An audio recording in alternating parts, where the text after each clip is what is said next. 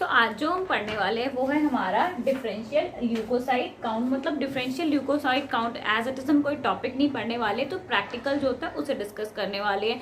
ये कोविड के केसेस जो है डे बाय डे इंक्रीज ही करी जा रहे हैं, ऐसे कह रहे कि वेव 2 आई हुई है, तो इस वजह से स्कूल कॉलेजेस वगैरह ओपन नहीं हो पा रहे। तो हमारी स्टडी तो फिर भी थ्योरी पार्ट्स ऑनलाइन में हम डिस्कस कर लेते हैं, बट प्रैक्टिकल्स जो होते हैं उसको समझने में काफ़ी दिक्कत आती है। तो उसने मैंने जो आज टॉपिक चूज किया है वो हमारा डिफरेंशियल ल्यूकोसाइट काउंट है। इसको एज अ थ्योरी बेस्ड हम समझेंगे और साथ के साथ प्रैक्टिकल में हम कैसे करते हैं उस चीज़ की भी मैं क्लियरिटी करने की पूरी कोशिश करूँगी। तो वीडियो स्टार्ट करने से पहले बताना चाहती हूँ मेरा नाम प्राची है और आप सबका मैं अपने चैनल रिवीजन तरीका में स्वागत करती हूँ। तो स्टार्ट करते हैं अपना वीडियो जो कि हमारा इम्यूनोलॉजी के अंदर आता है। तो डिफरेंशियल ल्यूकोसाइट काउंट, तो ल्यूकोसाइट काउंट का जो आज इट इज अगर आप दूसरा नाम देख सकते हो तो WBC काउंट जो होता है वो भी इसको बोल सकते हैं। ये हम कब करते हैं? मेनली जब हमारे बॉडी में कोई भी इन्फेक्शन, अनीमिया, ल्यूकीमिया, जो अलग अलग डिजीजेज होते हैं, मेनली फॉर द इन्फेक्शन या किसी चीज़ को डिटेक्शन करने के लिए इसकी जो काउंट होती है उसको हम चेक करते हैं।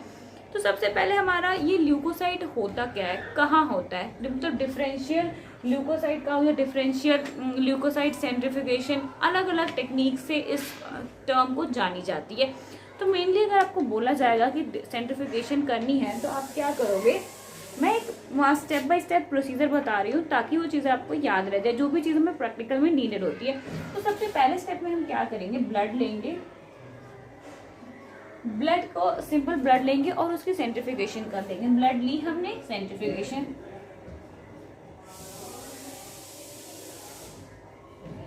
ब्लड की सेंट्रिफिकेशन करने के बाद आपको एज इट इज नॉर्मल याद होगा, अगर हम कोई भी सेंट्रिफिकेशन करते हैं तो कहते हैं नीचे पैलेट्स बनना स्टार्ट हो जाती है, ऊपर सुपरनेटेंट्स बनना स्टार्ट हो जाते हैं। तो अगर आप ब्लड की सेंट्रिफिकेशन करते हो तो हमारे पास 3 लेयर्स ऑब्टेन होती हैं।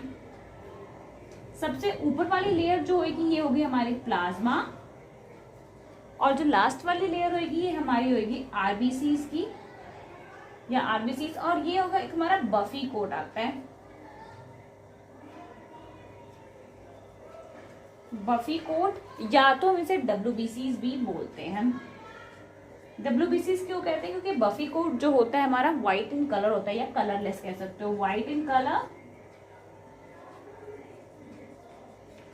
और कलरलेस, व्हाइट इन कलर या कलरलेस कह सकते हो। तो हमारा जो ये ल्यूकोसाइट होता है वो कहाँ, ये जो हमारा WBCs होता है इसके अंदर ल्यूकोसाइट, मतलब इसकी हम डिफरेंशियल जो सेंट्रिफिकेशन, हमने सेंट्रिफिकेशन करके ये निकाल ली, अब इसकी डिफरेंशिएशन करेंगे, अब हम इसके काउंट जानेंगे।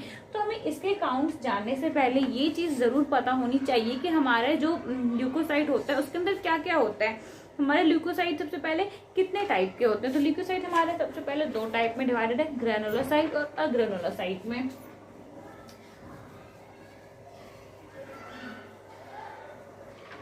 तो अब हम यहाँ पे सीधा कर सकते हैं, हम इसको 2 पार्ट में डिवाइड कर सकते हैं। हमारे पास ये ग्रेनुलोसाइट और अग्रेनुलोसाइट। मेरी स्पेलिंग थोड़ी मिस्टेक हो सकती है तो उस चीज़ को आप अवॉइड करें और करेक्ट करके लिख सकते हैं। अब यहाँ पे आता है हमारे ग्रेनुलोसाइट और एग्रेनुलोसाइट में क्या होगा, जो ग्रैनुअल्स होते हैं हमारे ग्रेनुलोसाइट में प्रेजेंट होते हैं। बेसिकली जो मेनली जो डिफरेंस है, और एग्रेनुलोसाइट में जो हमारे ग्रैनुअल्स होते हैं वो थोड़े कम होते हैं या एब्सेंट होते हैं। फर्दर हमारे ग्रेनुलोसाइट में क्या आता है, न्यूट्रोफिल्स, बेसोफिल्स और इसिनोफिल्स। तो सबसे पहले आएगा हमारे पास न्यूट्रोफिल्स, न्यूट्रोफिल, बेसोफिल, और थर्ड आएगा हमारा इओसिनोफिल। उसके बाद एक ग्रेनुलोसाइट में हमारे पास क्या आएगा, एक ग्रेनुलोसाइट को हम फर्दर डिस्कस करेंगे जिसमें हमारा लिम्फोसाइट और मोनोसाइट आएगा। तो मैं यहाँ पे बस तब तक लिख देती हूँ, लिम्फोसाइट, सेकेंड हमारा मोनोसाइट।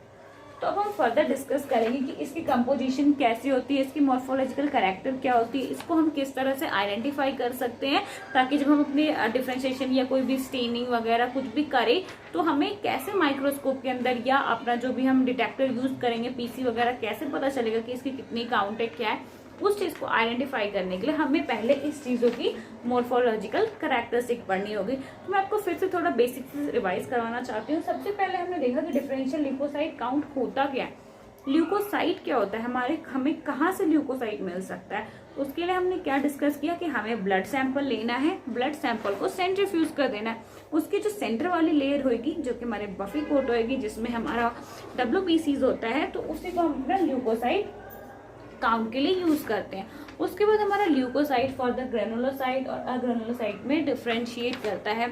उसके बाद हमारे ग्रेनुलोसाइट में आता है न्यूट्रोफिल्स, बेसोफिल्स, एसिनोफिल्स, ग्रेनुलोसाइट में लिम्फोसाइट और हमारा मोनोसाइट्स। तो अब मैंने लिखा है तो हमारा जो न्यूट्रोफिल होता है, जो इसकी रेंज है वो अलग अलग से अगर आप नेट पे सर्च करते हो तो मे भी थोड़ी वेरी कर सकती है। तो जो हमारे बॉडी में किस अमाउंट में जो नॉर्मली प्रेजेंट होना चाहिए, तो सबसे पहले मैं यहाँ पे लिख सकती हूँ जो न्यूट्रोफिल्स होता है हमारा, न्यूट्रोफिल्स हमारा 63 to 67% के अमाउंट में नॉर्मली प्रेजेंट होना चाहिए। सेकेंड जो हमारा एओसिनोफिल होता है, सॉरी हमारा सेकेंड हमारा है बेसोफिल्स। तो बेसोफिल्स हमारा 0 to 1% में होना चाहिए। थर्ड हमारा एओसिनोफिल्स होता है जो कि हमारा 2 to 4% में होना चाहिए। तो ये 3 कंपोनेंट्स हमारे इस रेशियो में प्रेजेंट होने चाहिए। फर्दर आता है हमारे पास लिम्फोसाइट्स। तो लिम्फोसाइट्स हमारे 23 to 32% में होने चाहिए। फर्दर हमारा मोनोसाइट 7 to 8% में होना चाहिए। नंबरिंग है इसके लिए। अब हमारे किस ब्लड में किस रेशियो में कितने रेशियो में क्या चीज प्रेजेंट होना चाहिए ये तो हमने देख लिया। अब हम फर्दर देखेंगे कि ग्रैनुलोसाइट, मोनोसाइट्स ये सब दिखते कैसे हैं, होते कैसे हैं। अगर आप माइक्रोस्कोप के अंदर ग्रैनुलोसाइट जो हमारा न्यूट्रोफिल्स आता है वो कैसा होता है कि अगर आपको कोई भी कई होता है ना तो बाइलोब, किडनी शेप, तो इन सब नामों को देते हैं आइडेंटिफाई करने के, पर वो सब चीजें क्या होती है भूल जाती है दिमाग से। तो मैंने याद करने का एक नया तरीका निकाला। जो हमारा न्यूट्रोफिल्स है, न्यूट्रोफिल्स को मैंने इस तरह आइडेंटिफाई किया जो पूरा एक राउंड सा स्ट्रक्चर, फ्लावर सा स्ट्रक्चर बना दे, वो हमारा होता है न्यूट्रोफिल।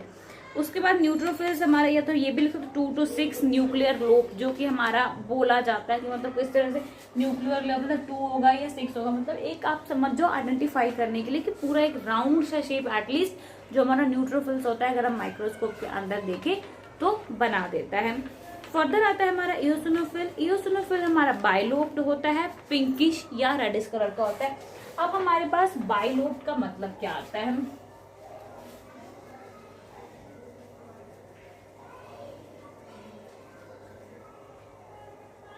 अब हम इओसिनोफिल की बात करें तो हमारा बाइलोब समझ लो, अगर आपका कोई स्ट्रक्चर इस साइड से है तो वो इस साइड से भी होगा और ऐसे सर्कल में ही दिखेगा, मतलब बाइलोब्ड हो गया। बाइलोब्ड हो गया, इसको हम पिंकिश या रेडिश कलर में हो सकता है। और हमारा बेसोफिल्स होता है, ये हमारा इओसिनोफिल है।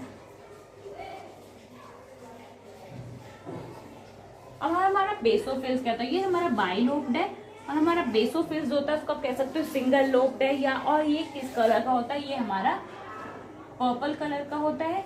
ये हमारा होता है पिंकिश या रेडिश, पिंकिश या रेडिश कलर में अवेलेबल होता है। उसके बाद हमारे granulocytes, no granules are present, मतलब जो ग्रैनुलोसाइट्स में हमारे ग्रैनुअल्स प्रेजेंट होते हैं, बट जो ग्रैनुलोसाइट्स होते हैं उसमें हमारे ग्रैनुअल्स नहीं प्रेजेंट होते हैं। तो ये मेन डिफरेंस था ग्रैनुलोसाइट और अग्रैनुलोसाइट्स में। इसमें आता है हमारे पास लिम्फोसाइट्स और हमारा मोनोसाइट्स। तो लिम्फोसाइट्स में जो न्यूक्लियस होते हैं वो मतलब पूरे ही सेल्स में ऐसे तो नहीं कंप्लीट सेल जैसे भरा होता है हमारा। सपोज करो ये हमारा एक सेल है, उसमें क्या होता है हमारे पूरे सेल में बिखरे हुए होते हैं, मतलब पूरा अगर आप इसे शेडेड कर दे तो इस तरह से होता है हमारा ल्यूकोसाइट्स का। तो उसके अंदर कुछ भी हमारा होलो स्पेस नहीं दिखता। बट अगर ये पूरे भरे हुए हैं तो थोड़ा सा आइडेंटिफिकेशन का तो कोई टर्म होते हुए, तो आइडेंटिफिकेशन के लिए अगर आप यहाँ पे देख सकते हो थोड़ा सा ये त्रिशूल टाइप का यहाँ पे पूरा सेल में तो भरा होगा, बट यहाँ पे इस तरह का स्पेस थोड़ा सा खाली होगा, त्रिशूल टाइप का। उससे हमें पता चल जाता है कि वहाँ पे जो भी हमारा ल्यूकोसाइट्स है वो प्रेजेंट है, और ये थोड़ा स्मॉलर होता है एज कम्पेयर टू मोनोसाइट के केस में। मोनोसाइट का जो न्यूक्लियस होता है हमारा किडनी शेप कह सकते हो, बीन शेप कह सकते हो, हॉर्सशू शेप कह सकते हो, जो हमारा मैग्नेट होता है उस तरह का होता है। उसके बाद डीएलसी जो हम कह रहे हैं, डिफरेंशियल ल्यूकोसाइट काउंट या डिफरेंशियल ल्यूकोसाइट सेंट्रीफ्यूगेशन, बेसिकली करते क्या है, इसका पर्पस क्या है हमारे पास करने का। तो मतलब सेल को न्यूक्लियस की मॉर्फोलॉजी और ग्रैनुअल्स की स्टेनिंग के अकॉर्डिंग हमें आइडेंटिफाई कराता है। अब हमें इसे किस स्टेन से, जैसे हम ग्राम स्टेनिंग करते हैं उसमें हम लेते हैं ना कौन कौन से क्रिस्टल वॉयलेट, आयोडीन, कुछ कुछ चीजें लेते हैं, एक फिक्सेशन में हेल्प करती है, कुछ कलर को उसको ऑब्जर्व करवाती है, उस तरह से क्या होता है हमें आइडेंटिफाई हो जाता है। Same is in case of differential leukocyte count. यहाँ पे हमारे पास स्टेन होता है, उस स्टेन का नाम होता है हमारा लेइश, मतलब इसकी प्रोनाउंसिएशन मेरे से फिर से नहीं हो पा रही है, जो हमारे लेइशमैन स्टेन कहते हैं। मैं स्पेलिंग इसको लिख रही हूँ यहाँ पे, हमारा LEISH, लेइशमैन स्टेन। माइट भी मेरी प्रोनाउंसिएशन में प्रॉब्लम होगी। तो हमारा ये स्टेन होता है। अब ये स्टेन हमारा दो चीज से बना होता है, इओसिन स्टेन और हमारा मिथाइलिन। अब क्या करता है ये फर्दर, ये बना किस चीज से होता है, ये हमारा दो चीज कंबाइन होके बना होता है। जो हमारा पहला चीज होता है वो हमारा होता है इओसिन स्टेन, सेकेंड होता है हमारा मिथाइलिन। ये हमारा होता है रेड और पिंक कलर का, ये होता है हमारा ब्लू कलर का। तो अब फर्दर ये क्या करता है, जो भी हमारे कंपाउंड्स होते हैं किसी भी चीज को, ये अपने आप को एसिडिक नेचर में होता है, और हमारे जो भी हमारा जो सेल के अंदर बेसिक कंपोनेंट्स है उसको स्टेन करता है। इसका खुद का नेचर होता है एसिडिक और इसका नेचर होता है बेसिक, और इनका काम क्या है, सेल के कंपोनेंट के, अब इसका ये नेचर हो गया। अब इसका वर्क क्या है, इसका वर्क क्या है, सेल के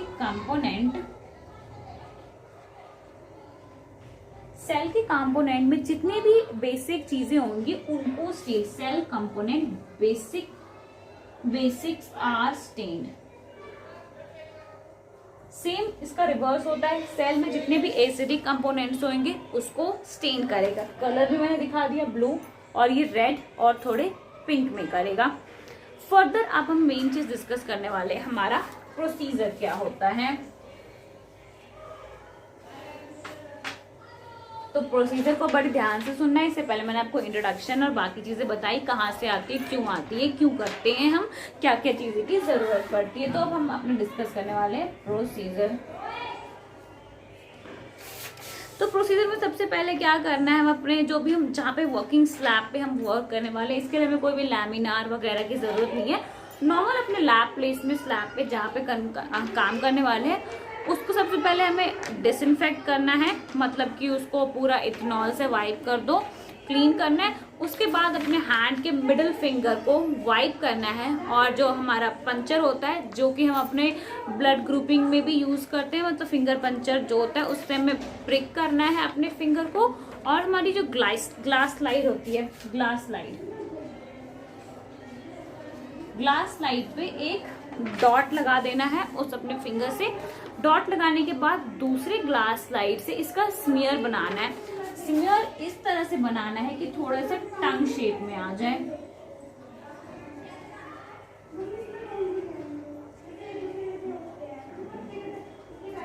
थोड़ा सा टंग शेप में स्मीयर बना देना, उसके बाद उसको ड्राई करना है। फर्दर ड्राइंग के बाद हमें अपने अब स्टेनिंग करनी है। स्टेनिंग अपना जो हमारा लिशमैन स्टेन जो लिया था, हमारे पहले लिशमैन बफर लेना है। लिशमैन बफर को हमें फिल्टर करते हुए इस स्मीयर के ऊपर डाल देना है। मैं फिर से समझाने की कोशिश करती हूँ। हमें अपने फिंगर को पंचर करना है, ग्लास स्लाइड पे उसकी स्मीयर बनानी है, उसको ड्राई करना है। ड्राई करने के बाद हमें क्या करना है, जो हमारा लिशमैन बफर है उसको फिल्टर करके इसको पूरा कवर कर देना है। पूरा कवर करने के बाद क्या करते हैं हम उसको, और ये जो प्रोसीजर, ये स्टेप होता है जो हम ग्राम स्टेनिंग में फिक्सेशन करते हैं, यहाँ पे यही चीज़ हमारी फिक्सेशन के तौर पे आ जाती है। मतलब जो सबसे पहले हमने लेशमैन बफर डाला वो हमारा फिक्सेशन की तरह काम करता है। फर्दर आता है हमारे पास, इसको हमने कर दिया, इसको 2 मिनट के लिए हम छोड़ देते हैं। तो इसमें जो ग्रैनुअल्स, साइटोप्लाज्म वगैरह होते हैं, इन सब चीज़ को एब्जॉर्ब कर लेते हैं। एब्जॉर्ब करने के बाद क्या होता है, जो हमारे बफर्स होते हैं, बफर अब हमारा हमने स्टेन डाल दिया, अब बफर को ड्रॉपर्स के ऊपर से डालेंगे और पाइपेटिंग या शकिंग की हेल्प से उसको मिक्स करेंगे। पर हमें मिक्सिंग इस तरह से करनी है कि जो हमने सिमियर बनाया है वो हमारा मिक्स ना हो, या मतलब क्या डिस्टर्ब ना हो। मतलब जैसे होता है ना कि ग्लास लाइट के ऊपर पानी आ गया तो उस पानी को हमने पाइपेट आउट करना है और वापस डालना है, बट जो हमने सिमियर बनाया है उसको डिस्टर्ब नहीं करना है। तो सेकेंड टाइम जब हम पेपेटिंग करते हैं तो हमारे आयनाइजेशन का प्रिंसिपल वर्क करता है और यहाँ पे स्टेनिंग हो जाती है। हमारे ग्रैनुअल्स, न्यूक्लियस, ये सब बहुत ही ईजिली अब्जॉर्ब कर लेते हैं कलर को, ताकि हमें माइक्रोस्कोप के अंदर विजुअलिटी में कोई भी प्रॉब्लम ना आए। उसके बाद हम इसको 20 मिनट्स के लिए छोड़ देते हैं। 20 मिनट्स के छोड़ने के बाद अब जो हमारा WBC स्टेन हो चुका होता है और इसको हम माइक्रोस्कोप के अंदर देख सकते हैं। देखने के बाद उसके बाद हम इसको फर्दर डिटेक्टर की हेल्प से डिटेक्ट करके इसकी क्या परसेंटेज आई है, फर्दर ग्लास स्लाइड्स में किस तरह काउंट करते हैं, वो तो हम अपने पीसीज और जो हमारा माइक्रोस्कोप होगा उसकी हेल्प से ही आइडेंटिफाई कर सकते हैं।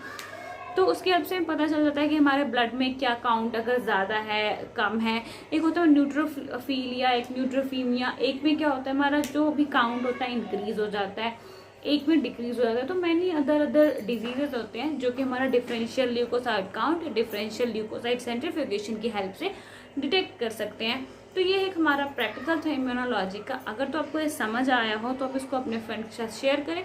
अगर कोई सजेशन हो तो कमेंट बॉक्स में कमेंट कर सकते हैं। अगर कोई डाउट हो तो वो भी आप पूछ सकते हैं। तो जाने से पहले मैं एक बार क्विक रिवीजन इस प्रोसीजर का करना चाहती हूँ। सबसे पहले स्टेप में हमने क्या किया था, सबसे पहले स्टेप नंबर 1 में हमें जितनी भी हमारे आसपास की एरिया है उसको स्टरलाइज करना है। स्टरलाइज करना है, मिडिल फिंगर लेना है, मिडिल फिंगर को हमने पंचर करना है। उसके बाद पंचर करना है ब्लड ड्रॉप को ग्लास स्लाइड पे लगाना है, blood drop on slide. Fourth step में हमें क्या करना है, फोर्थ स्टेप में हमें हमारा जो भी दूसरा स्लाइड है उसे स्मीयर बनाना है, स्मीयर प्रिपरेशन के बाद उसे हमें लेफ्ट ओवर करना है 2 मिनट्स के लिए। 2 मिनट्स ड्राइंग करनी है। उसके बाद हमें अपना बफर डालना है। बफर डालने के बाद पाइपेटिंग आउट करनी है।